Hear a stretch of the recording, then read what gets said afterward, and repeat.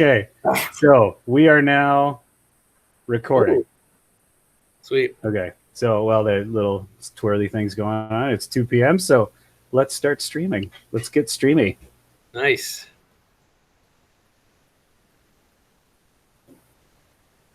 And Live. we are live and recording. Okay. Steve Newberry. Hi.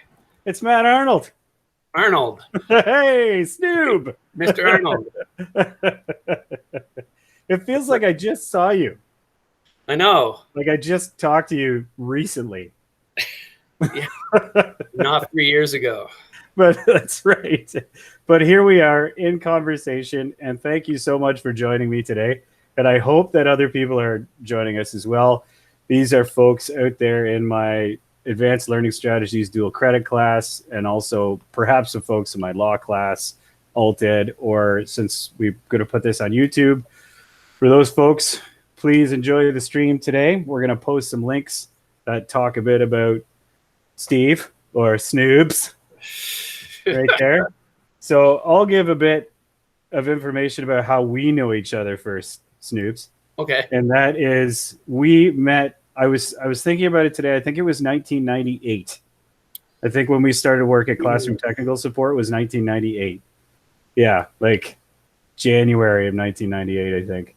Right. And then, but the reason that I call you Snoob and you call me Marnold is because that was how our emails appeared in our sign-in names on the computers at the place that we worked.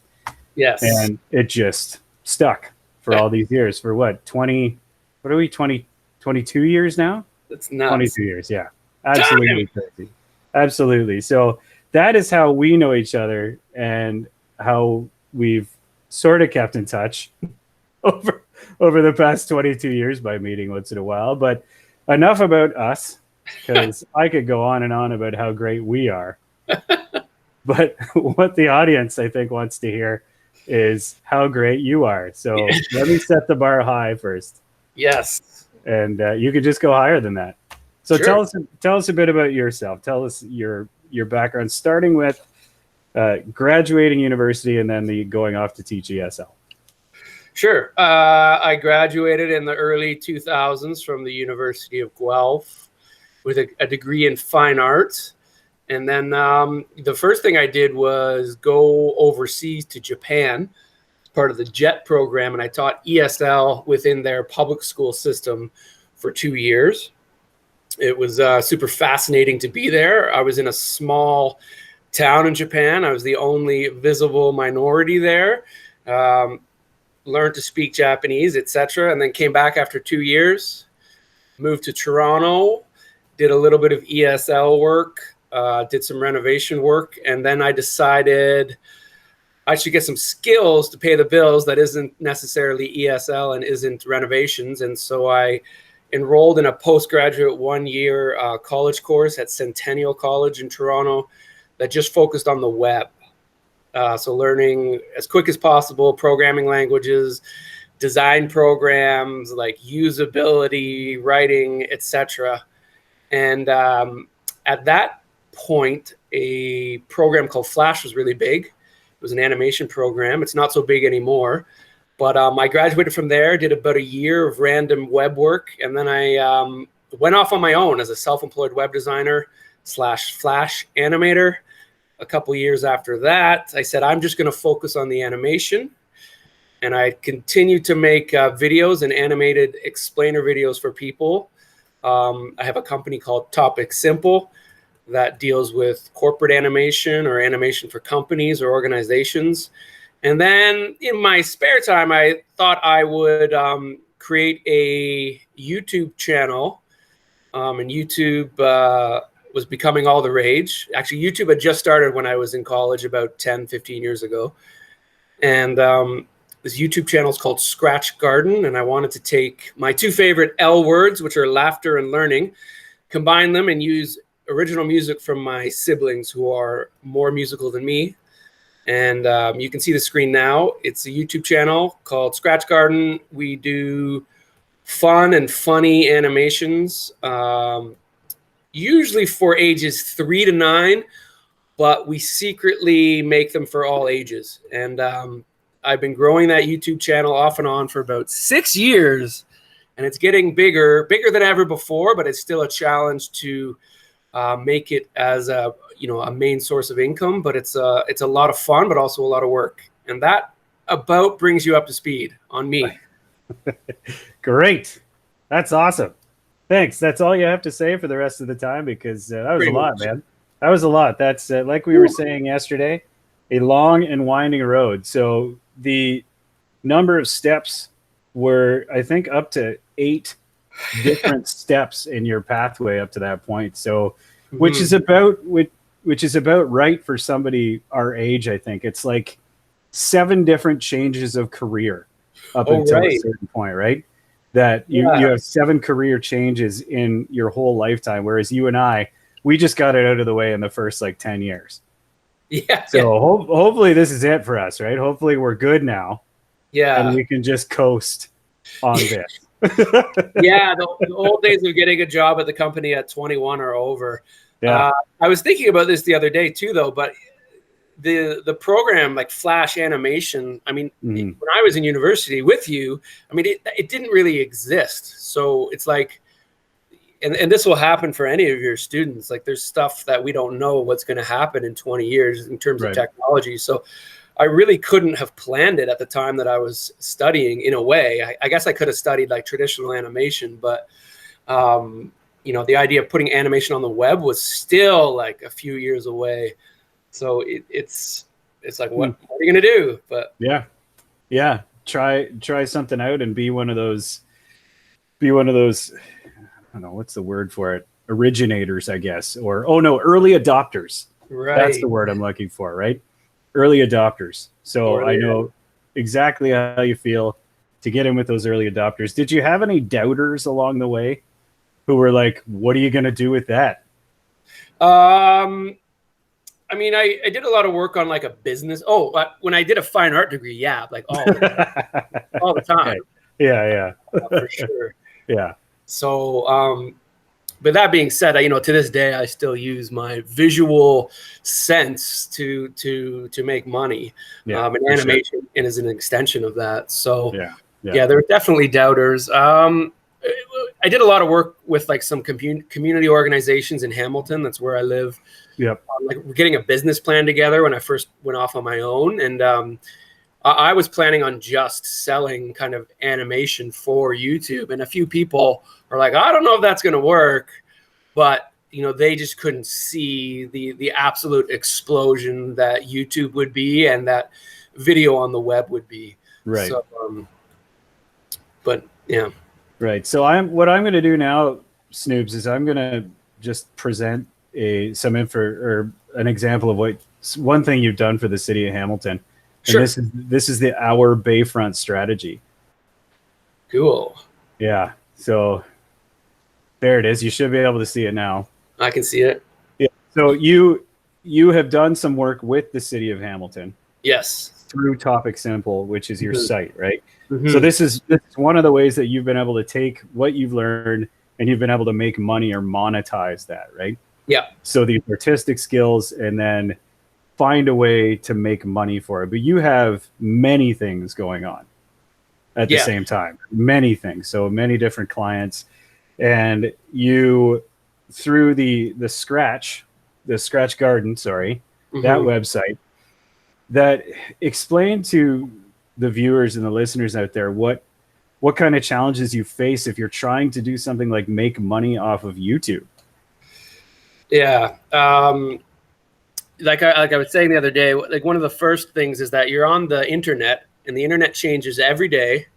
And the idea of monetizing your YouTube channel changes a lot too. So it's not like going to dentist school where you know what you have to learn and if you get good grades and what you can do to get out and start your own dentist practice or something. Like it's kind of up to you.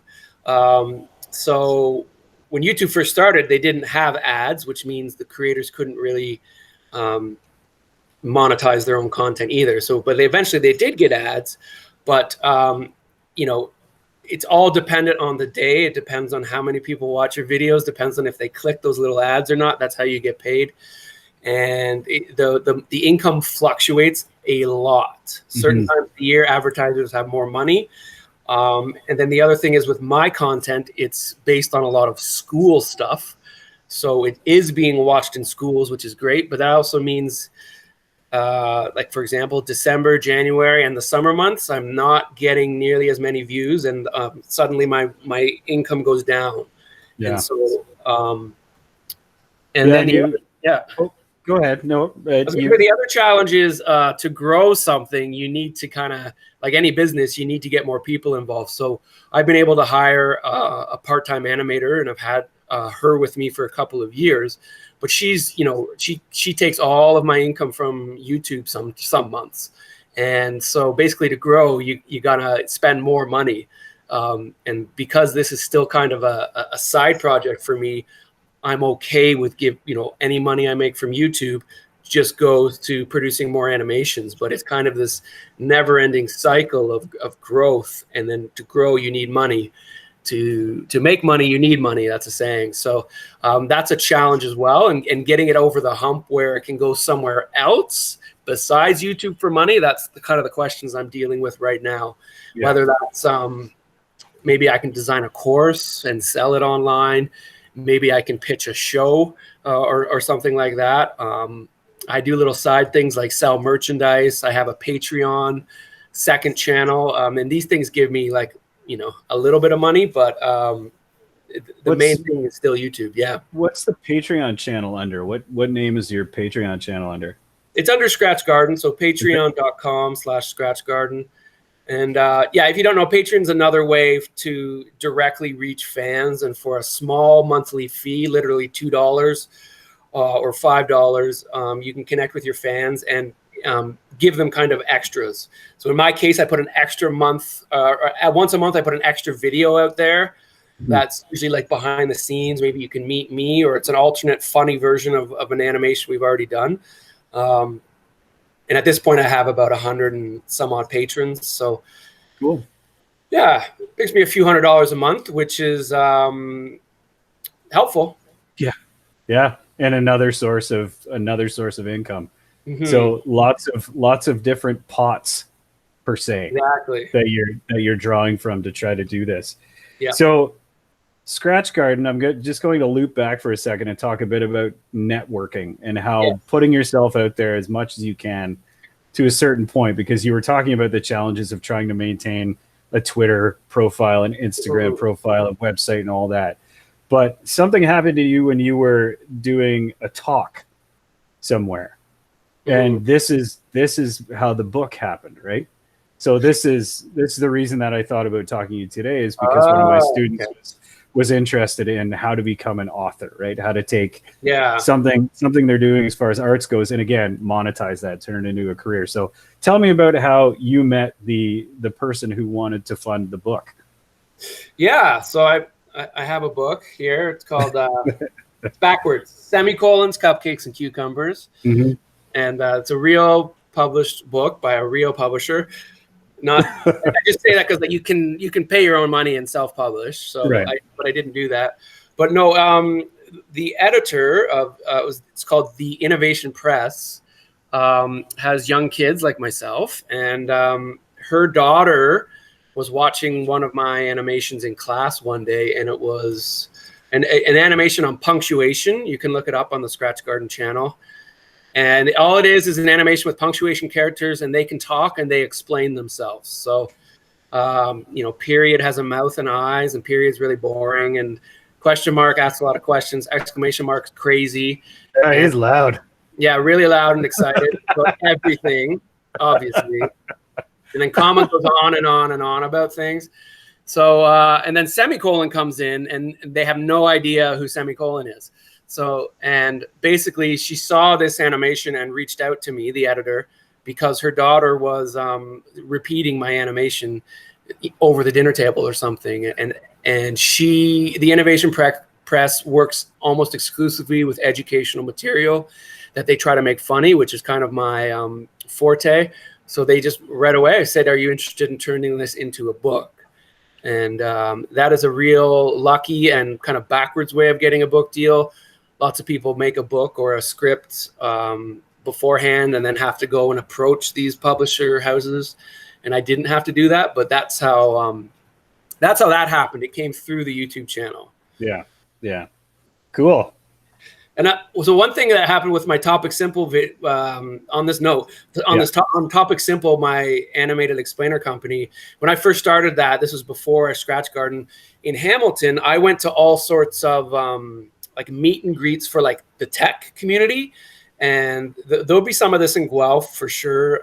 It's big in Toronto where they just have like an evening of drinks, maybe at a bar, or an evening of presentations where people just show what they're doing in the tech space. Yeah. And all sorts of geeky people go. So and tech folks meeting face to face. Exactly. Because a lot of tech people are which is a challenge now. We know that for sure, but pre-COVID, right?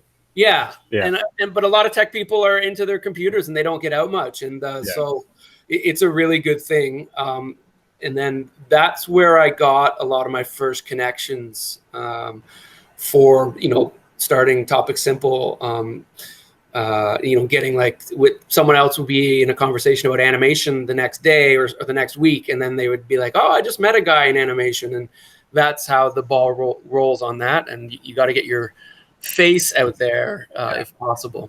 Real honest to goodness networking. And making those person-to-person connections, right? Yeah. Not just, I have 3 million followers on LinkedIn. Yeah. Which is, and I don't like doing that kind of stuff. So, if I can do it, anyone can. Yeah. Awesome. Yeah. I mean, I can too. Yes. Oh. It's all who you know and stuff like that. For sure. There's a similar story that I'll tell you another time about what happened with me, how I got my foot in the door for my first teaching job, because you and I were talking about that yesterday. Yes. And that I spent 0 time on the supply list. That's amazing. And I got a job after that. But we'll talk about that. It was, great story. Anyways, it's all about you today. Not about me. I have to remember that. I get so excited about myself, and I think my story is great. But I think people need to hear yours too. So, where was I? Okay, so let's talk about, because we're not doing, we can't go out and do those networking pieces anymore, but tell me a bit about how COVID impacted your viewership and your subscriber levels for your website. Yeah. Or for Scratch Garden. Yeah. Yeah, I was saying that there's always, when a recession or some bad economic or a disease, a virus comes, there's a lot of doom and gloom, but there's always opportunities and stuff like that. So basically, as you know, everyone had to stay home and look for information and educational stuff online. And so starting at the end of March or maybe mid-March, I started to notice that Scratch Garden, which is primarily an educational channel on YouTube, the viewing just went way up. So I think I previously had 5 million views a month was my highest ever. And then I think in March or April, it got to 17 million. So it was per month. Quadruple, yeah. Oh, geez. And subscribers quadrupled as well. Yeah. It's still high. It's going down. But I've seen that happen as the summer comes closer and closer. It always goes down anyway. But it's still higher than it ever was. I think it was 12 million views in May instead of the usual, on average, 3 to 4. Yeah. So it went way up. So it's a good opportunity. Sometimes I think I should be, I don't know, making my own course or something like that. But that's an immense amount of work that I don't even think I could pull off just on my own. So, well, you never know if you just start talking to people, right? Start talking to the folks of the provincial government who are going to be really interested in distance learning for the next little while, especially if things go ahead. But again, something else to think about, right? All these opportunities, all these connections, all these new possibilities. So with the new subscribers and with trying to make some money through Adsense, you and I discussed this yesterday. what are some of the challenges with AdSense? I know that things changed significantly for YouTube a few years ago, Yeah. and that affected you and your ability to be able to make some money on AdSense. Yeah. So what did you do to meet that kind of a challenge? I mean, one thing I did was just try to put out more content. We just finished. I've done the last 40 weeks. Every Monday, there's been a video. But there's been a couple things. One, there was they called it the adpocalypse, where YouTube speak. A couple years ago, they started suspending channels, and you weren't able to put ads on them unless you had 1,000 subscribers, which is actually, it takes a little bit of work to get 1,000 subscribers. What was happening was people were going on with hate messages, and then, suddenly in the middle of their video, there'd be like an ice cream commercial. And then, so the ice cream companies were getting angry that they were being paired with, some sort of hateful content. Luckily, I was above 1,000 subscribers at that point and was in the clear. The other thing that happened was that as of January, they took away all interactive elements in YouTube, including commenting for any kids content. Yeah, I saw that. Yeah, which sucks. And YouTube got busted selling ads to kids. So basically tailoring personalized ads to what you were watching, which is what they do to adults still, but it was illegal for kids. So they had to pay a large fine, and all those ads went away. But those ads actually paid me more money. So it sucked as well, but I was at the highest point I'd ever been in terms of views and subscribers. So the money did go down, and then you never know what's going to happen. You just kind of have to adapt. Because coronavirus came, and then my money went back up a little bit. But generally speaking, the knowledge that has been passed on, if you listen to YouTube gurus, is that you can use YouTube as it's a great communication thing. It's a great brand awareness thing, but your business plan should have something else to it. So because AdSense changes so much, it's really hard to depend on it solely for your income. They suggest you view it as icing on the cake if you happen to have a good month. So, wow. Yeah. So I don't know, say an exercise studio, and this won't work in COVID, but like an exercise studio may decide just to put out general knowledge stretching videos or something. And if they're done well, people will start to watch that for knowledge on how to stretch or how to do a workout.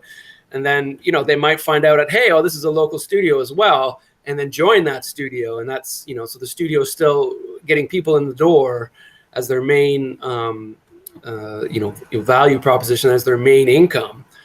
But and the YouTube channel has just kind of heightened that. So that's more of probably a better model for doing something like this. Or people give advice, or they start consulting because they're the best at what they do on YouTube. I don't know. So yeah, something like that. Yeah. Yeah, it really forces a person to be a real dynamic thinker, doesn't it? Yes. Yeah. Change, evolution, thinking on your feet. Resilience. Yeah. Anyways, good buzzword. Good thing to have generally, but yeah. So, but again, that's something we could talk about at another time. So thank you so much for hanging out today. Is there anything else that you would like to talk about? You'd like to mention, you'd like to say to any viewers that are out there right now? Well, good luck in your life and career. And it's okay just to try stuff on YouTube, and see where it goes. You can do that in this day and age. And the media talks about, success stories and going viral and all that. And the people that do that are really few and far between. So it is a lot of work as well, but it's free if you have an internet connection, and it can be a fun place to experiment. Yeah. And you can do it on anything. YouTube's about anything, any interest, hobby, job in the world. You can put something on YouTube for that. I'm sure you know that, but cool. Well, and thanks for giving a bit of insight on how to maintain a presence on YouTube as well, because that seems like if Yeah. you really wanted to give it a go, it really seems like almost more than a full-time job if YouTube's going to be your only source of income, Exactly. or somebody goes to that, right? So yeah, cool. creator burnout is a big thing too. It's a buzzword in the community. People get so sick of doing it that they end up quitting as well. So that's just something you gotta keep in mind. Cool. All right, man. Well, that's about it. We may or may not have had some folks join us for the live stream, but I'm going to go ahead and shut the live stream off, and then maybe we could talk a bit after the recording and streaming's done. So thanks, Steve Newberry, aka Snoops. No problem. And yeah, no worries. Anytime you can